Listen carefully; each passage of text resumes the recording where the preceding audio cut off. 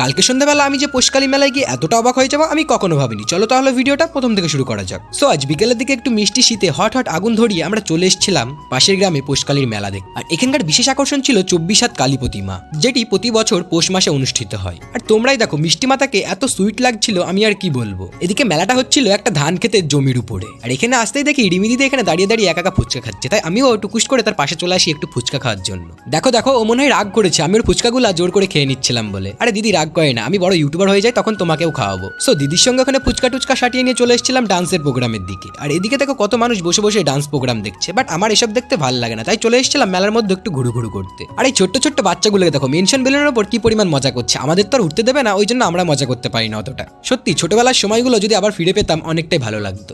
মেলা থেকে একটু দূরে মাঠের মধ্যে যেতেই আমি দেখি মেলাটা পুরো কুয়াশার চাদরে ঢাকা রয়েছে। আর আমাদের ভাইপোকে এখানে দেখো মাতাল ডান্স দিচ্ছে, শীত তো তাই একটু গরম করছে নিজেকে। যতই যাই হোক আমরা যেখানে যাই এক কাপ করে চা খেতে হবে। তো মিষ্টি মিষ্টি ঠান্ডার মধ্যে আমি ততক্ষণ গরম গরম চা খাই। আর তোমরা জানিয়ে যাও আমার ভিডিও তোমাদের কেমন লাগে।